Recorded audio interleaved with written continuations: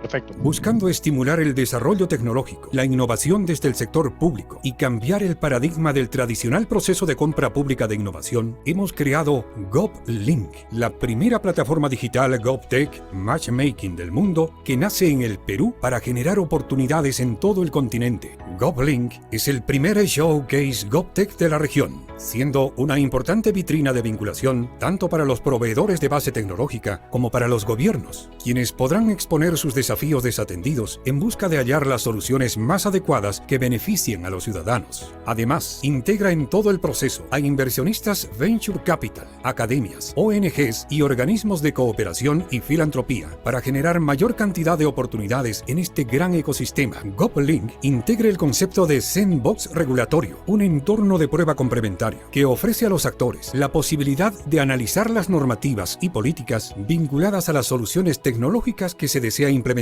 Los invitamos a conocer una nueva forma de conexión entre las entidades del gobierno y el sector tecnológico iberoamericano. Descubre nuestro mundo de oportunidades. Regístrate en www.govlink.p.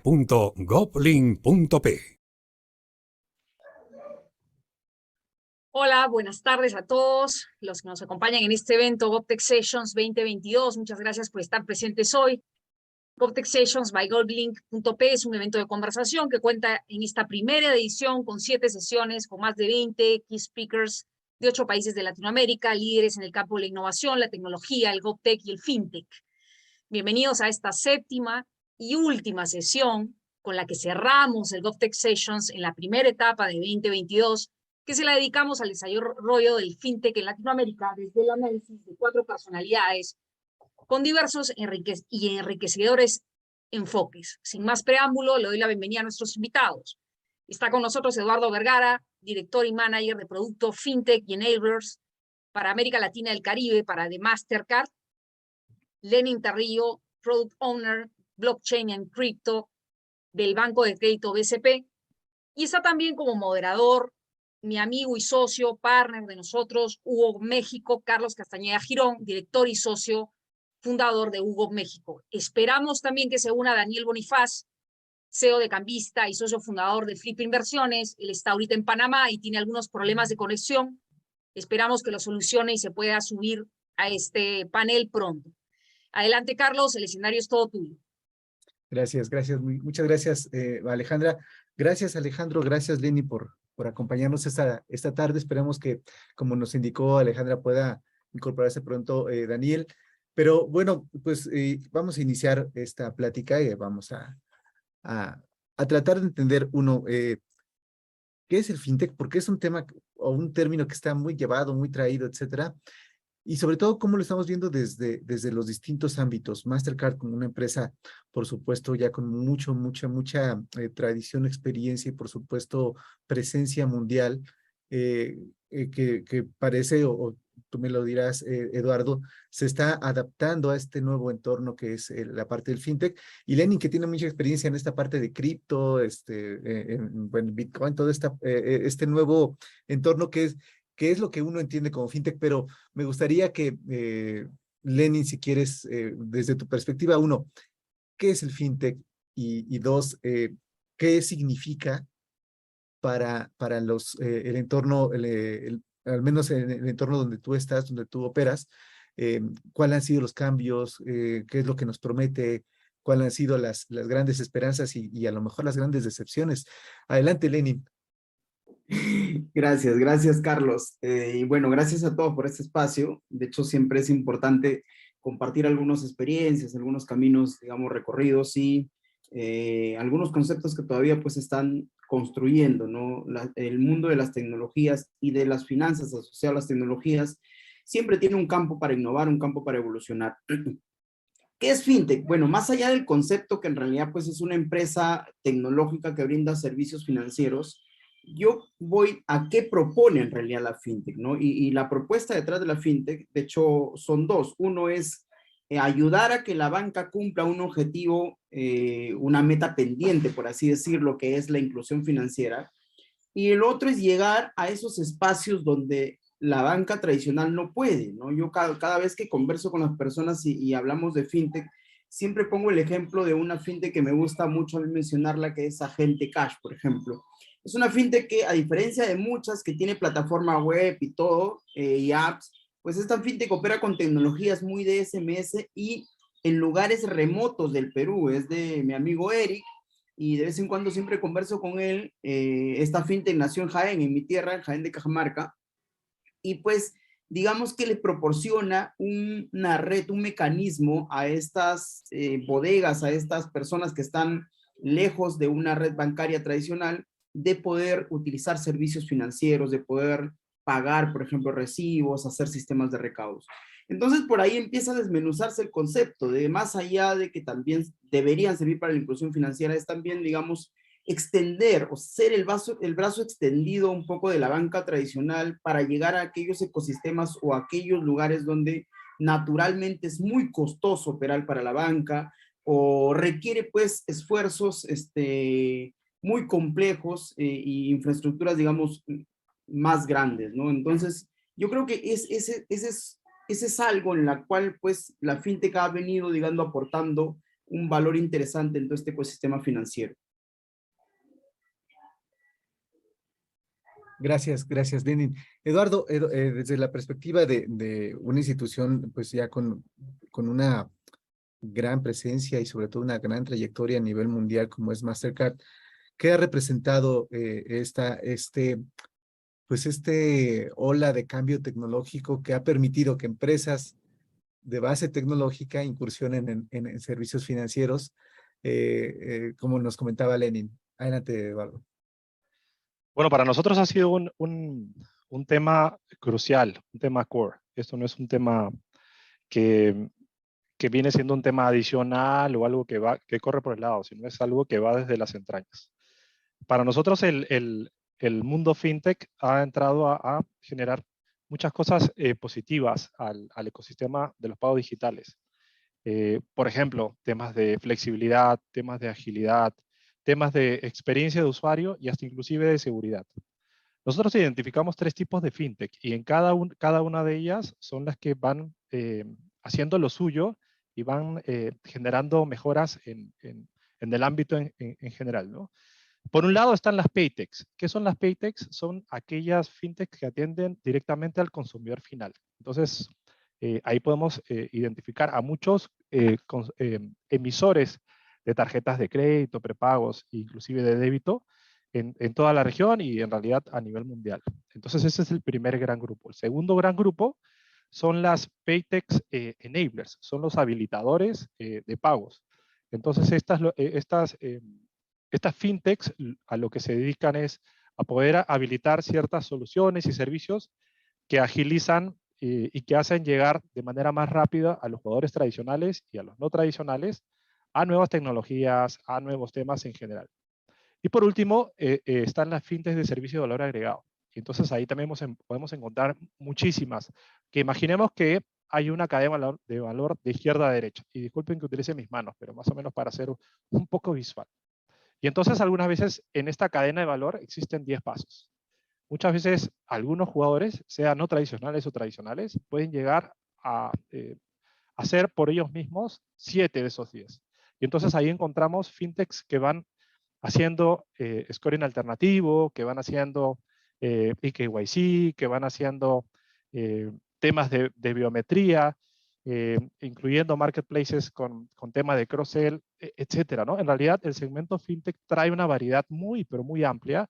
Sectores como temas de transporte, de smart cities, etcétera. O sea, la verdad es que algunas veces nos situamos mucho en temas de pagos, en temas de emitir una tarjeta, pero traen valor en muchos ámbitos de la cadena de valor de los pagos digitales. Claro, y lo comentaba también Lenin, es una serie de servicios que facilitan el acceso a los instrumentos financieros, pero y que pueden estar en alguna de las partes de esta cadena, como bien comentaba Eduardo, que no solamente es el que te emite una tarjeta, ese pequeño banco nuevo que dices, ¿de dónde salió esto? ¿De qué se trata? Etcétera. Sino Sí. más bien, pues puede ser validadores, pueden ser, no sé, Sí. carteras, pueden ser muchas cosas, pero representa esto, desde la perspectiva de Mastercard y tu experiencia personal, por supuesto, ¿representan un riesgo para los usuarios? Y dos, ¿representan un riesgo para las instituciones financieras tradicionales, estas fintech? O no, quizás no un riesgo, sino una competencia importante. Dime, ¿cómo lo ven? Nosotros no lo vemos así, lo vemos como un complemento ideal, un acelerador, un mejorador de algunas cosas. Muchas veces, inclusive nosotros en la vida diaria no podemos hacer todo lo que quisiéramos hacer y entonces necesitamos de algunos, por ejemplo, devices para el reloj, para ver la hora, o tensiómetros si es que somos hipertensos además.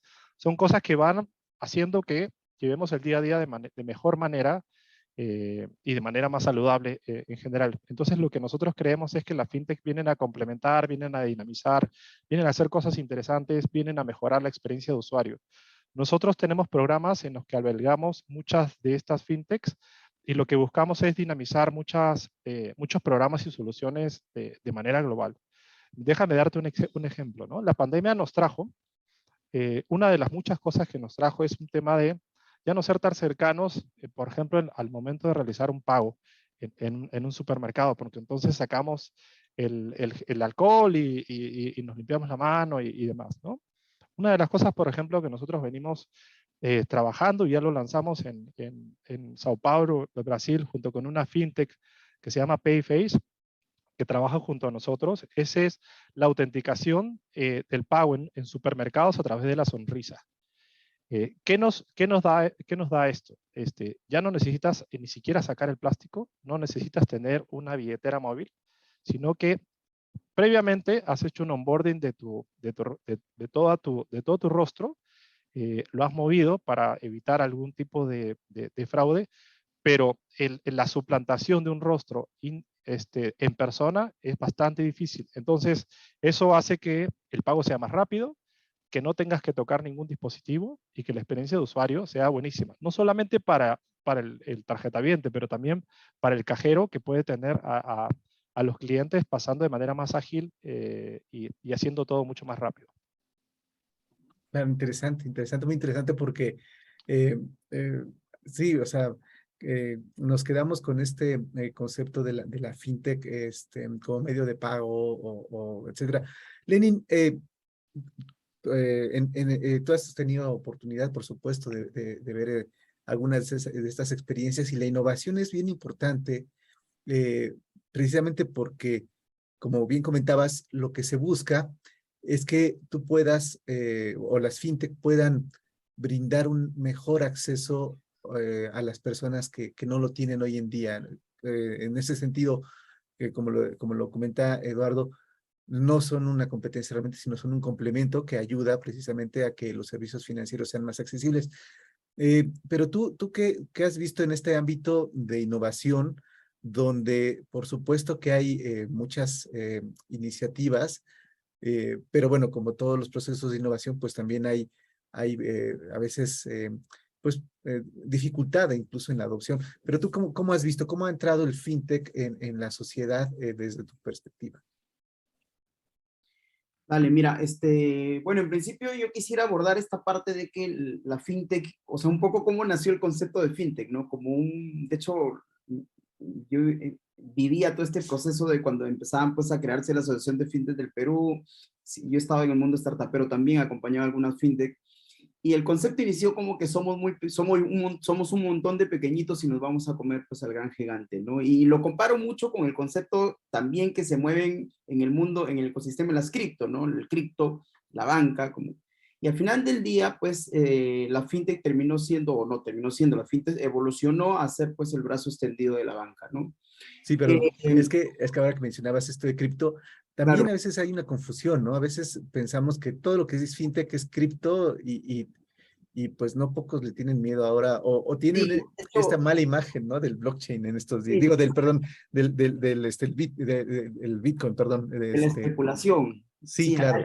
hay mucho por ahí, pero o sea, a mí sí me gustaría, yo soy muy crítico de los procesos de innovación, ya de hecho llevo haciendo innovación como 10 años, y en los procesos de innovación como que a veces nos sesgamos, y te digo nos sesgamos porque nos vamos por diseñar productos agregadores para el ecosistema de personas que ya tienen acceso a esos servicios y donde nos concentramos ahí. De hecho, creamos fintech para hacer medios de pago para clientes que ya tienen opciones de medios de pago, ¿no? Nos estamos comiendo el mismo mercado, básicamente, lo cual no está mala. Me parece que si tú pagas pues con tu sonrisa, pagas con tu smartphone, pagas con una serie de cosas, al final es un ecosistema que seguramente pues le brinda una facilidad o le pega, digamos, al deseo de un nicho de personas, ¿no? Pero el reto de la fintech, y es desde mi punto de vista, ¿no? Es ayudar a corregir fricciones dentro de los sistemas tradicionales que no se puede. La banca, pues, es un monstruo muy grande y es muy difícil, digamos, llegar a ecosistemas o llegar a nichos porque, por su misma infraestructura y además por su misma regulación, ¿no?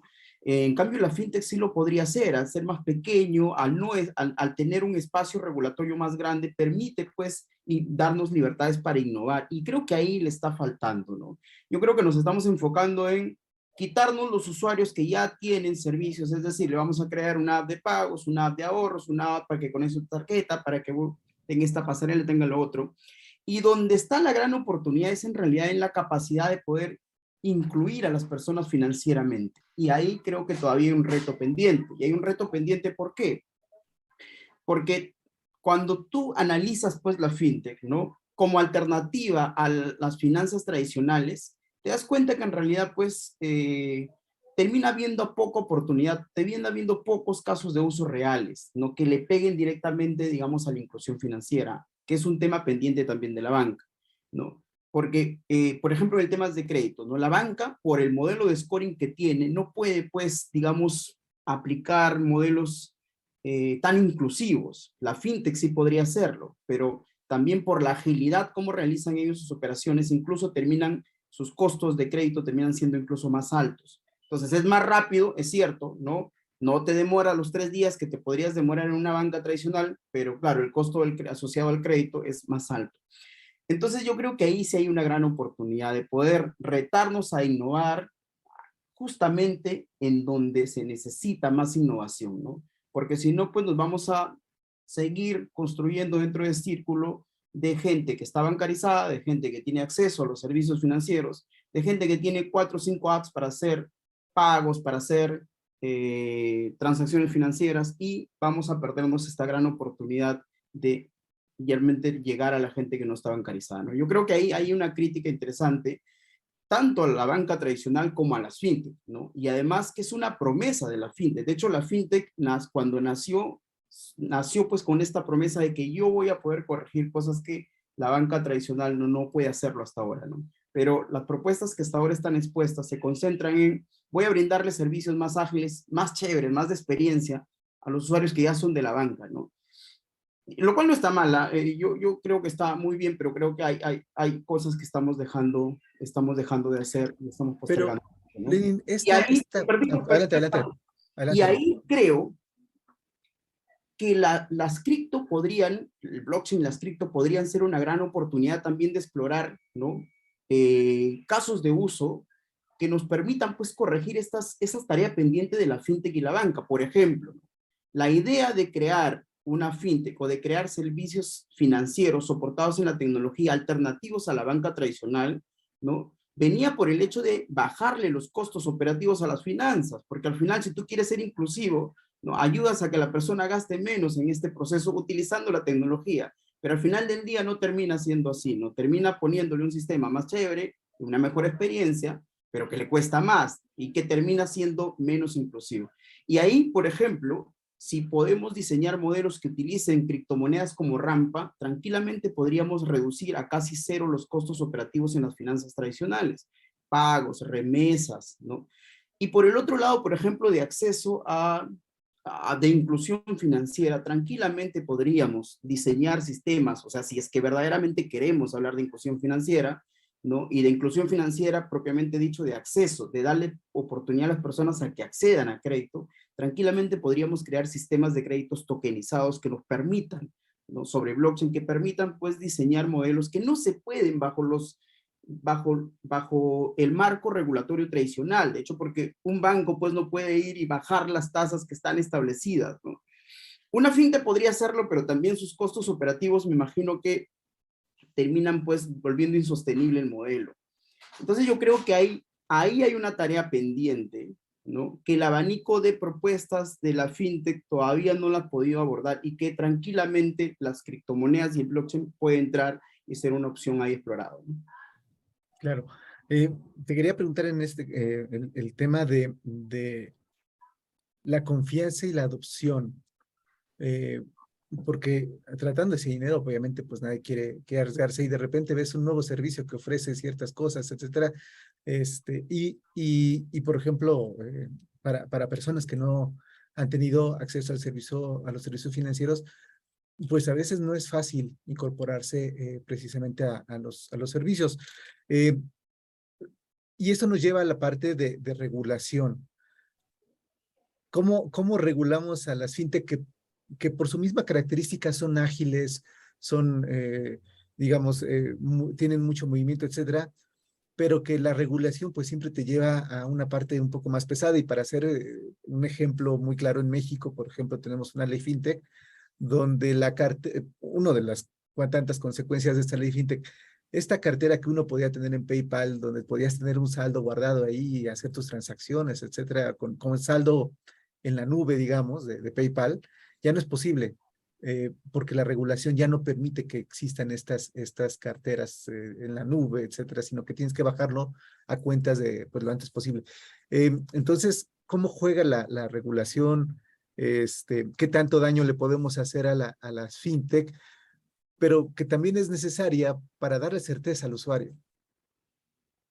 Sí, o sea, yo creo que de todas maneras, o sea, la innovación al final del día es hacia andar pues a la regulación, no es antes. Y creo que todas las personas que están en fintech, todas las personas que se han metido al ecosistema de innovar, de emprender, de crear servicios financieros, se han chocado pues con marcos regulatorios inexistentes y han tenido que empezar a elaborar los suyos propios, ¿no? De hecho, todavía no hay una ley en fintech hasta donde tengo entendido en Perú, pero eso nos reta a ser diligentes con los servicios que proponemos, ¿no? A ser éticos y diligentes y crear modelos sostenibles, pero también nos reta a tener aperturas para diseñar marcos regulatorios que nos permitan, ¿no?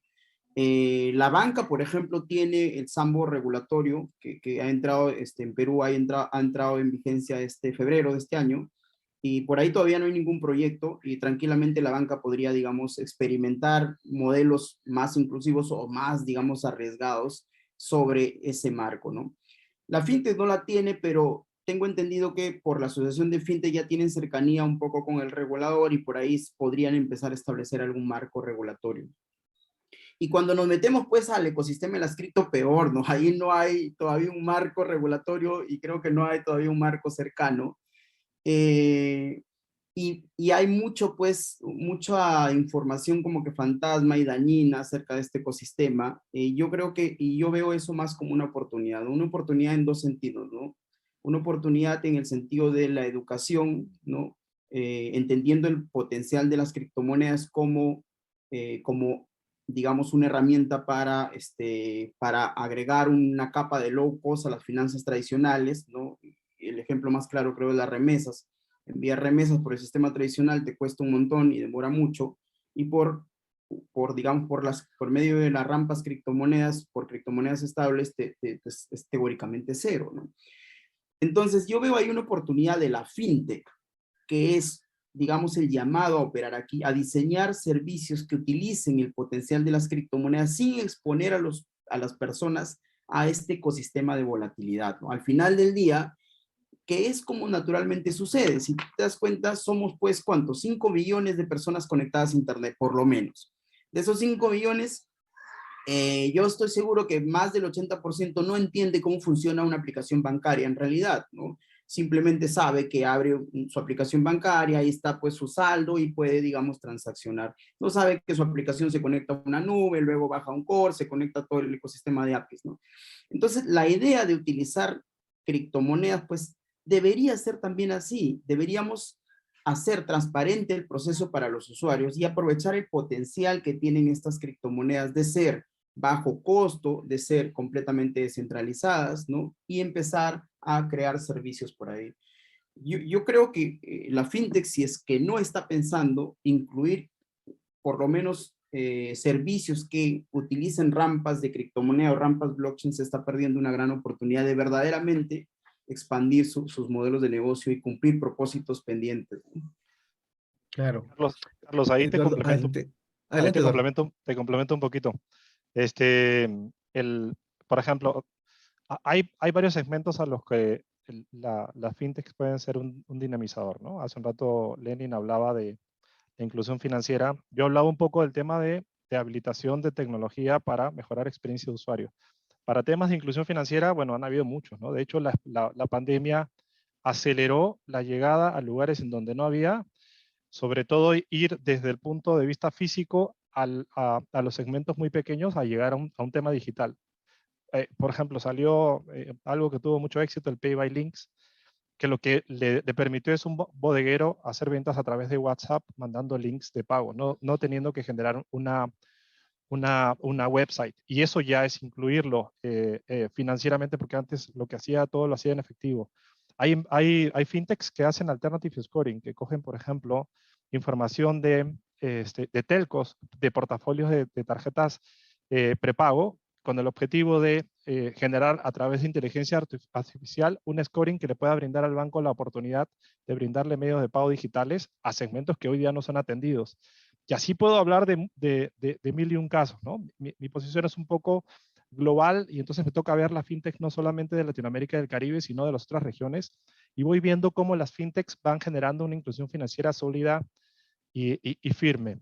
Pero entrando en el mundo de las cripto, que yo sé que es el ambiente de Lenin, las fintechs son las llamadas a acelerar este ecosistema, porque generen los marketplaces necesarios para transaccionar, por ejemplo, los NFTs, porque son los llamados a generar la aceptación en el mundo del metaverse de todas las transacciones que se dan, y puedo hablar de cosas locas que van a segmentos de repente generacionales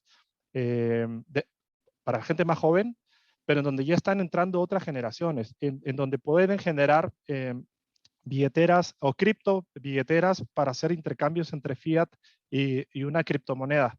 Y así me puedo pasar hablándoles de todos los puntos en donde en el ambiente cripto las fintechs van y ya están haciendo una generación de infraestructura bastante sólida, ¿no? En el programa que nosotros manejamos de manera global, que se llama StarPath, ya tenemos dos fintechs seleccionadas en Latinoamérica. Una que se llama Velo, que es argentina, es una cripto wallet, y otra que se llama BitFi, que es brasilera. Ahorita estamos llegando a un nuevo cohort, a una nueva ola de selección de las nuevas fintechs, y de Latinoamérica ya nosotros tenemos más de 15 postulando. Todas. Bueno, continuamos. Perdón, nos quedamos en una parte súper interesante que estás platicando acerca de estas dos fintech que tú estás, bueno, que Mastercard está considerando en Latinoamérica. Entonces, adelante, perdón. Bueno, y lo que mencionaba era que hay muchas fintechs en Latinoamérica generando tracción, generando infraestructura, generando transacciones, generando experiencia de usuario. Hay muchas cosas que están rodando por ahí. De hecho, hay algunos países que probablemente están siendo un poco más activos en cuanto a cripto, fintech.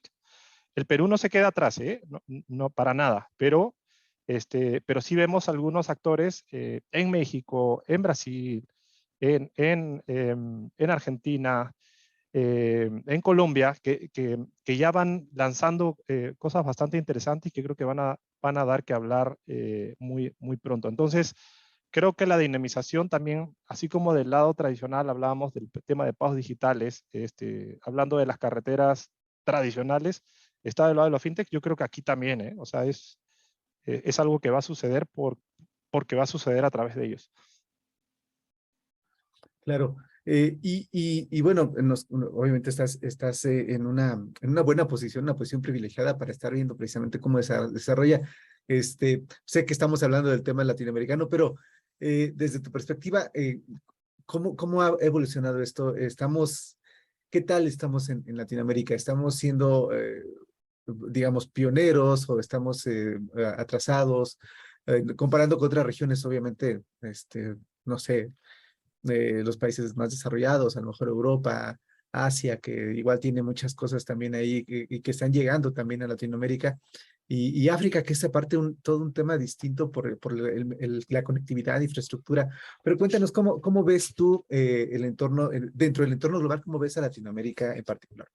Ok, a mí me toca ser un jurado en algunas competencias globales, entonces me toca ver lo que tú mencionabas, ¿no? Algunas fintechs de algunas otras regiones.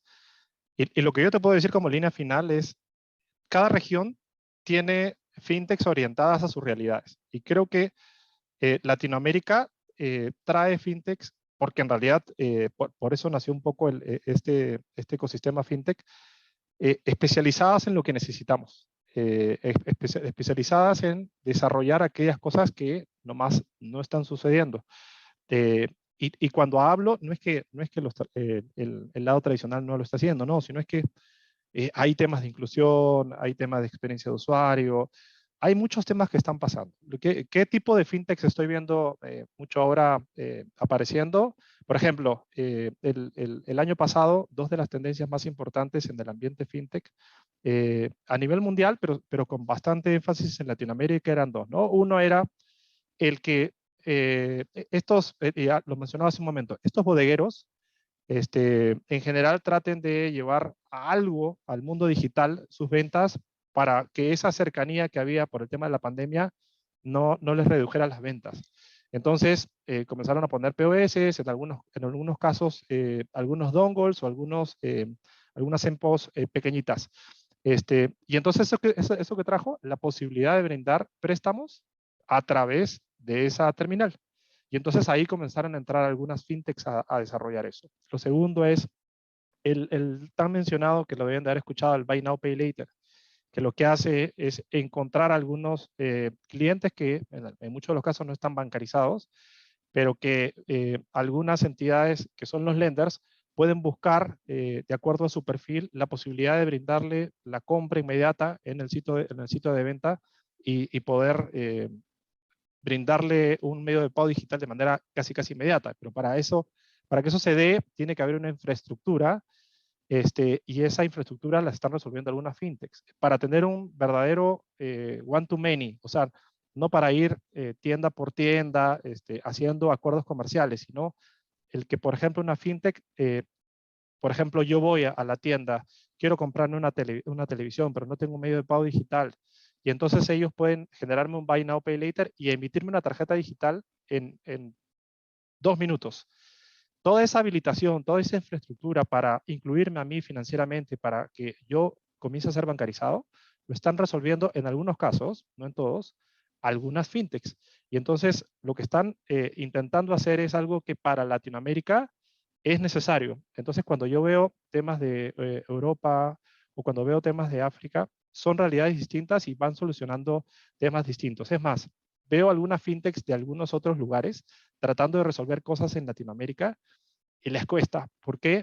Porque, porque recién nos tienen que ir conociendo, porque tenemos una regulación distinta, tenemos una realidad distinta, tenemos una necesidad distinta. Y hay cosas interesantísimas.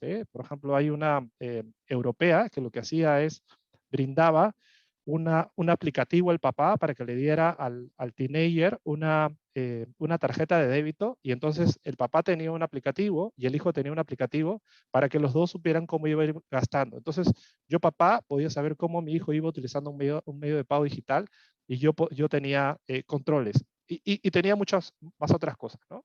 Para Europa era perfecto. Acá le costó mucho entrar. Al final entró y todo lo demás. Realidades distintas, necesidades distintas, fintechs solucionando temas distintos. Es lo que yo lo dejaría como mensaje.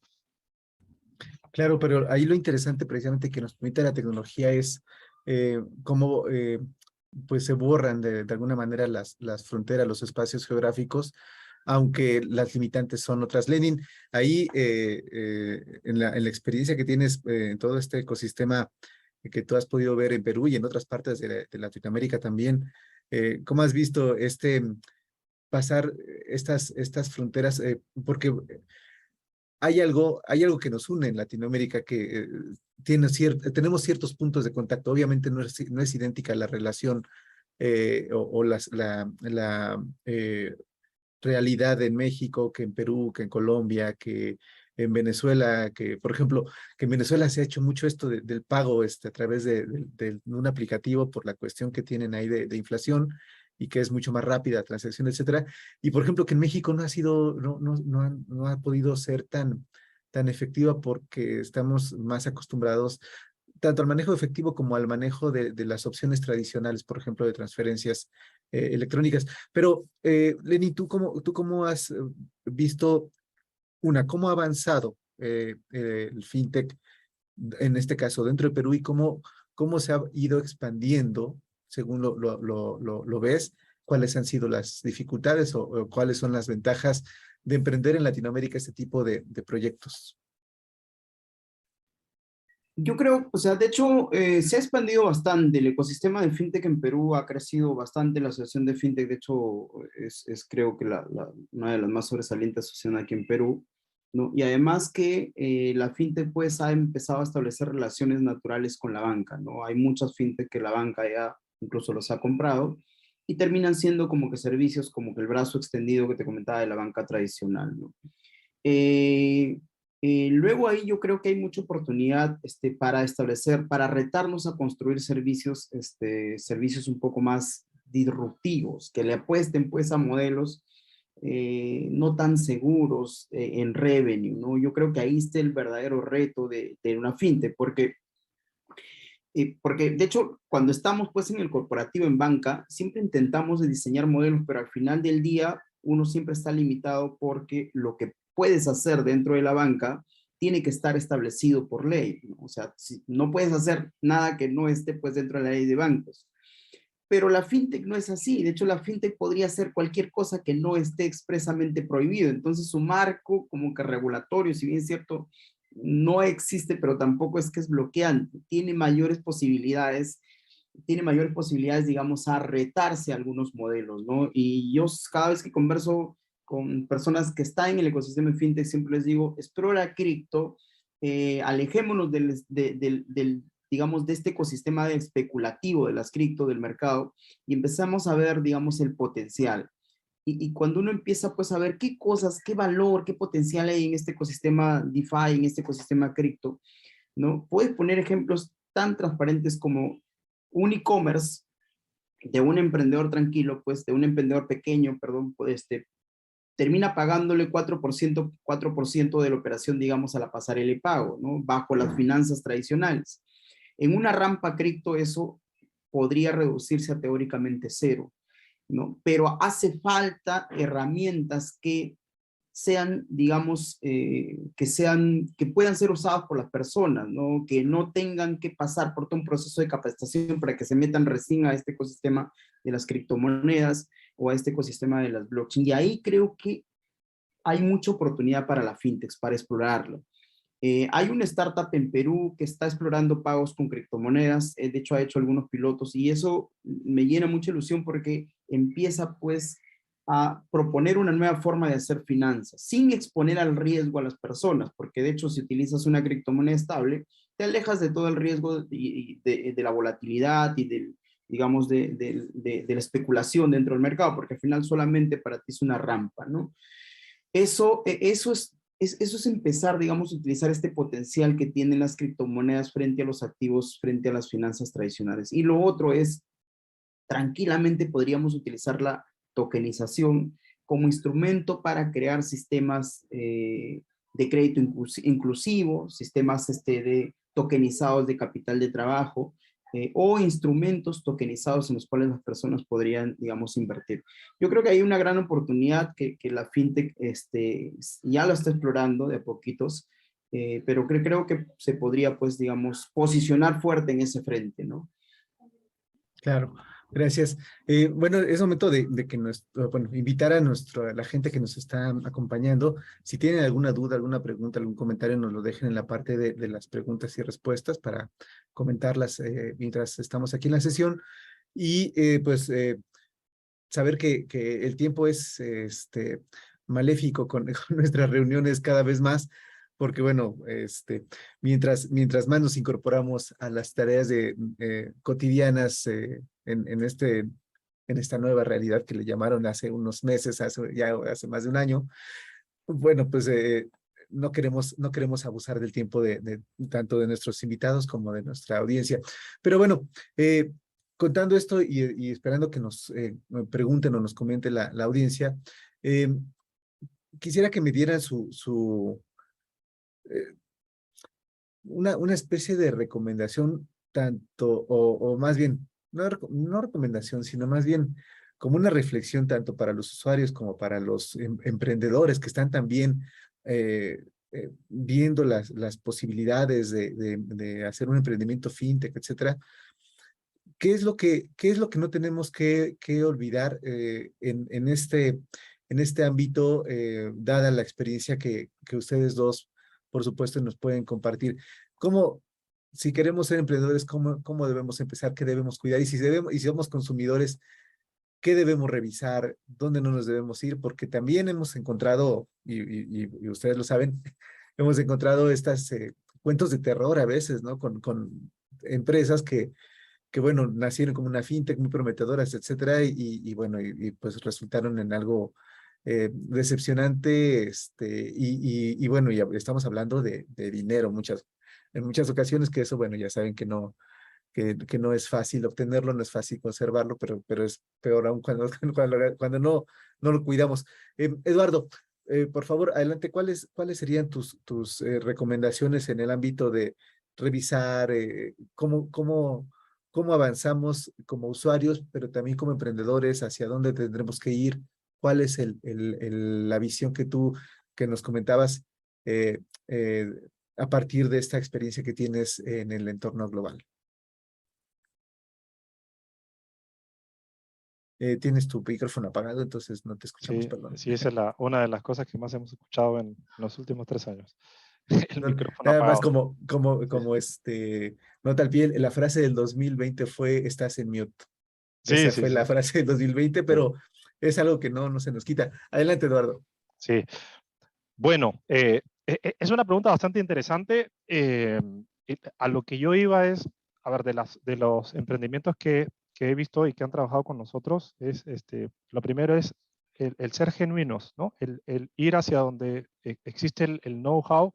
Hay mucha gente en el mundo privado, en el mundo independiente, en todos lados, que tienen buenas ideas, que tienen cosas en donde ellos son de los que más saben, o de repente son los únicos que lo saben, que hagan eso, porque en realidad ahí es donde van a tener éxito.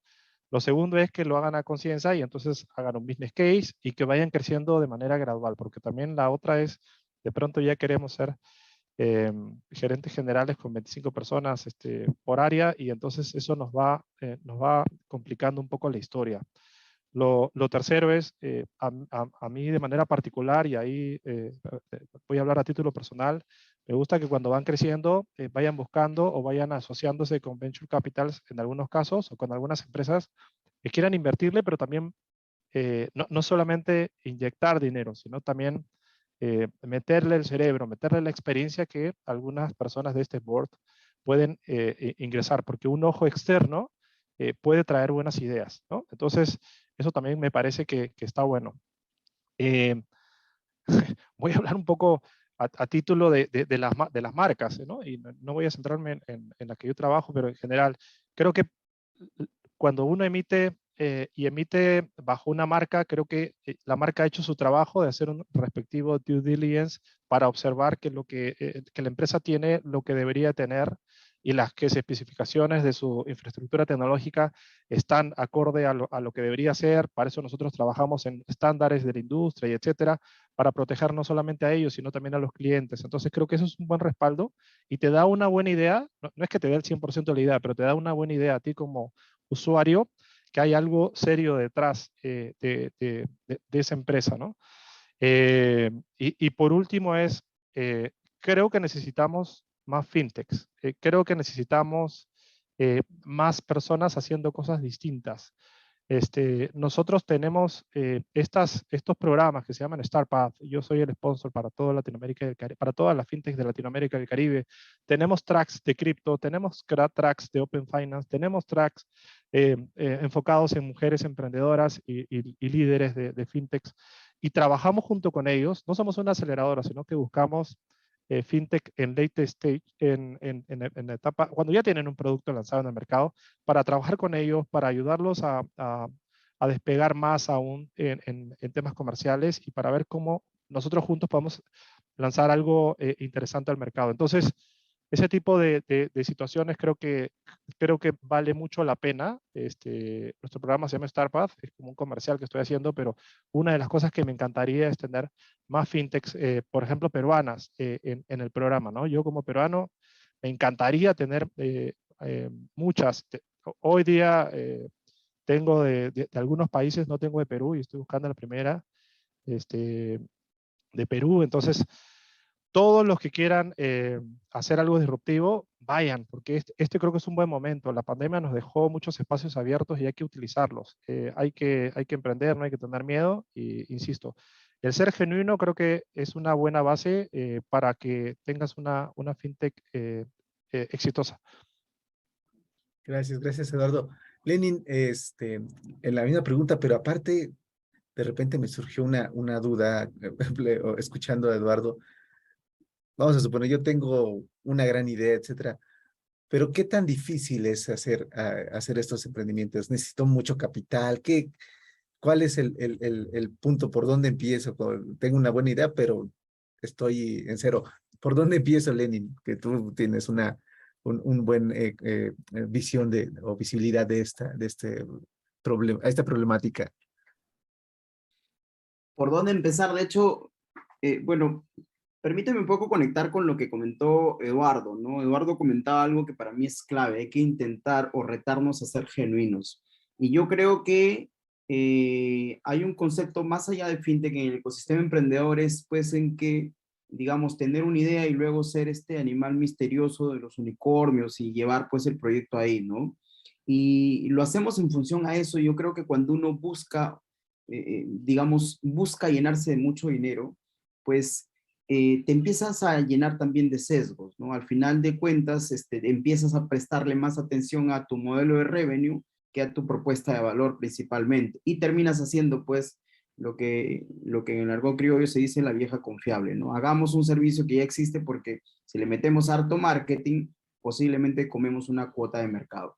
Y terminamos no siendo genuinos, terminamos nuevamente atendiendo problemas que, digamos, ya están atendidos y peleando, pues, en una guerra de marketing por ganar una cuota de mercado. ¿No? Muestra de eso, por ejemplo, date cuenta las fintech asociadas a casas de cambio que existen en el Perú, las fintechs asociadas a pasarelas de pago y otras cosas, ¿no? Entonces yo creo que lo primero es hay que intentar y retarnos a ser genuinos, ¿no? Tener el chasis necesario y la ética necesaria para decir, oye, acá hay un proyecto que de alguna forma, pues, es una startup, es una hipótesis por validar, ¿no? Y llevarla a cabo, ¿no? En ese interín yo creo que tenemos que buscar socios. Y ahí yo podría hablar, digamos, de un factor, ¿no? En el modelo tradicional tú tienes que buscar un venture capital o un programa de aceleración o un presupuesto semilla más el fondo que tú coloques, ¿no? Sin embargo, nuevamente la blockchain te ofrece pues una alternativa. Y la alternativa que te ofrece la blockchain es crear un modelo de crowdfunding tokenizado, ¿no? De hecho, hay muchos casos en el mundo donde ha habido una buena idea, ¿no? Crean un modelo de crowdfunding tokenizado, es decir, crean un token que al final del día es como una acción de esa idea, ¿no? Una acción de bolsa de esa idea, y pues salen, digamos, hacia la sociedad, hacia el ecosistema, y lanzan la propuesta, ya no a un inversionista ángel que al final del día les va a pedir un equity, pues un porcentaje y va a estar atrás de ellos, decir, oye, ¿para cuándo? ¿Para cuándo? ¿Para cuándo? Y empujándoles pues a preocuparse más por obtener revenue, sino buscando que la sociedad misma termine validando el proyecto, la idea que uno tiene, ¿no? Entonces, un modelo de crowdfunding tokenizado es muy útil dentro y muy usado dentro de este ecosistema de las blockchain y te permite tener los recursos necesarios para que tú puedas construir esa idea. Lo han hecho, es un modelo muy probado. De hecho, en Perú también se está haciendo algunos proyectos de esa forma. Y creo que ahí hay una alternativa, una opción más para los emprendedores que quisieran pues iniciar proyectos de este tipo, ¿no? Y yo diría que ese es el camino, ¿no? Hay oportunidad, hay muchísima oportunidad, pero creo que yo creo que realmente pues la sorpresa va a estar cuando nos atrevemos, digamos, a ir por modelos que verdaderamente todavía no están atendidos o todavía, digamos, no es un mercado muy explorado, ¿no? Al final del día de eso se trata la innovación, de conectar pues con una necesidad no atendida, de conectar con un deseo o de solucionar un problema que los servicios tradicionales no lo han podido hacer, ¿no? Eso. Gracias. Bueno, las conferencias nos han dejado estos ruidos incidentales, pero son bienvenidos. Ya sabemos que todos estamos en estas circunstancias. Nos comenta un usuario anónimo, dice, buenas noches, Lenin, ¿qué proyectos peruanos, fintech peruanas, por ejemplo, están usando la tecnología blockchain para generar inclusión financiera? ¿Podría dar ejemplos de nombres de fintech o proyectos peruanos? No hay casos todavía, digamos, de uso de la tecnología blockchain para pegarle específicamente a la inclusión financiera, pero yo cuando hablo de inclusión financiera hablo de la capacidad que tiene un servicio financiero de, digamos, incluir a las personas, ¿no? Pero ya hay fintechs o ya hay startups que están utilizando o creando modelos donde utilizan rampas de blockchain y criptomonedas para bajarle el costo a las finanzas. De hecho, Coini es una de ellas, es un modelo que está validándose, lo he visto en algunos establecimientos en Perú, y ellos están tratando de crear, digamos, una propuesta para que los negocios acepten criptomoneda, ¿no? Entonces, hay pocas startups, entendamos que, pues, digamos, este es un ecosistema todavía muy, muy pequeño, pero con mucho potencial por hacer, y hay muchos mecanismos, ¿no? Yo les cuento un caso, por ejemplo. Irte a imaginemos que somos pues un grupo de emprendedores y tenemos una idea, ¿no? Nos arriesgamos y apostamos por esa idea. El camino natural es irte a estos programas de aceleración o irte pues a un fondo del Estado de aceleración o fondo semilla, ¿no? Pero tranquilamente tú podrías tokenizar esa idea, esa propuesta de proyecto y nuevamente lanzarlo en un modelo de crowdfunding tokenizado. Son las personas, tu red de amigos, los profesionales que van a ver si existe un equipo pues sólido con el chasis necesario, la experiencia para lograrlo, y si hay una idea interesante que quieren que se vuelva real y la fuerza, digamos, de la sociedad o de esta comunidad hace que obtengan los recursos necesarios para llevarlo a cabo, ¿no? Yo veo ahí una gran opción, una gran oportunidad para los emprendedores, digamos, que tenemos una idea, queremos hacerlo y a veces pues estamos con esta falta de recursos para poder emprenderlo. Así es. Gracias, gracias, Lenin. César Borda nos comenta, bueno, nos pregunta, ¿los altos porcentajes de informalidad en la economía de nuestros países es una desventaja o desventaja para el desarrollo de las fintech? Eduardo, ¿tú cómo ves este tema? Depende de qué segmento. Por ejemplo, para las de scoring alternativo es una gran ventaja, porque ahí puedes bancarizar. El hecho por ejemplo, a vendedores, que por ejemplo en Ipanema ya puedes ver vendedores que venden estos pareos en las playas y te sacan una terminal para cobrarte eso. En Perú todavía yo creo que hay algunas oportunidades para que algunos vendedores, en México le llaman profesionistas, en Perú le llamamos, ya no me acuerdo cómo le llamamos, pero es por ejemplo el gafitero, el plomero, el jardinero. Hay algunos de estos que ya o hacen un pay by link o hacen, bueno, en algunos otros pueden hacer alguna transferencia financiera, ¿no? Pero todo eso es una oportunidad. Es más, mientras hablaba Lenin hace un momento, me ponía a pensar en lo siguiente. Me toca reunirme con fintechs en el desayuno, en el almuerzo, en la cena y hasta sueño con las fintechs. Porque todo el día estoy sentado con ellos, ¿no? Y lo que siempre me pasa es, los escucho y traen ideas tan buenas y entonces ya de pronto son unicornios y demás. Y siempre digo, ¿por qué no se me ocurrió a mí? Pero es porque nunca me puse a pensar en ello. Entonces, si quieres que te pase, pues bueno, piensa. Y entonces, si es que eres bueno para la defensa, bueno, lánzate de defensa. Si eres bueno para volante, lánzate de volante. Y si no eres bueno para delantero, pues no se te ocurra ir a meter los goles. O de repente sí, ¿no? O de repente sí. Pero a lo que yo iba es, o a lo que estaba tratando de pensar es, el gran valor que tenemos los que estamos metidos en el ambiente fintech es que lo único constante es el cambio. Y justo los fintechs generan cambio, generan cosas nuevas, siempre va a haber algo distinto, y entonces las fintechs van a ir a ocupar aquellos espacios que se tienen que llenar porque algo pasa, ¿no? La pandemia fue un claro ejemplo, ¿no? No estábamos preparados, y entonces las fintechs comenzaron a hacer cosas distintas. Les doy un dato, no lo recuerdo bien, pero se los digo así más o menos. Antes del 2019, la inversión en Latinoamérica en fintechs era de casi 2 billones de dólares. Durante la pandemia subió a 7 billones de dólares. ¿Por qué había tanta gente invirtiendo? Evidentemente porque sabían de que venían a resolver cosas. Insisto, no vienen a ser sustitutos, vienen a ser complementos. Y vienen a ser complementos buenos, ¿no?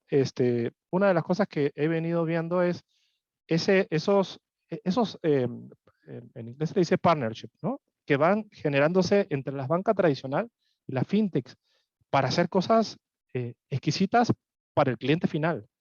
Entonces, nuevamente me quedo. Siempre hay algún día en la semana en la que digo, ¿y cómo no se me ocurrió eso? Y es porque, claro, no me atreví, no lo pensé, lo que sea, ¿no? Pero hay muchas cosas ahí, hay mucho cambio, hay mucha disrupción. Seguramente van a venir muchas cosas buenas. Ojalá que viniera mucho de Latinoamérica, ¿no? Claro. Eso va a pasar. Sí, bueno, ya nada más, perdón, se nos va acabando el tiempo, pero no quiero dejar pasar que César Calle nos escribió, dice, a ver, esto es un poquito más para Lenin, dar un proyecto que permita usar un sol virtual con base en una tesorería en stablecoins y el tipo de cambio del BCR, ¿ayudaría a incrementar la adopción de cripto? Sí, o sea, de hecho, la rampa natural hacia las criptomonedas son las criptomonedas estables, ¿no? De hecho, por ahí todos hemos pasado por ahí cuando no hemos querido entrar a servicios DeFi o hemos querido entrar al mercado especulativo.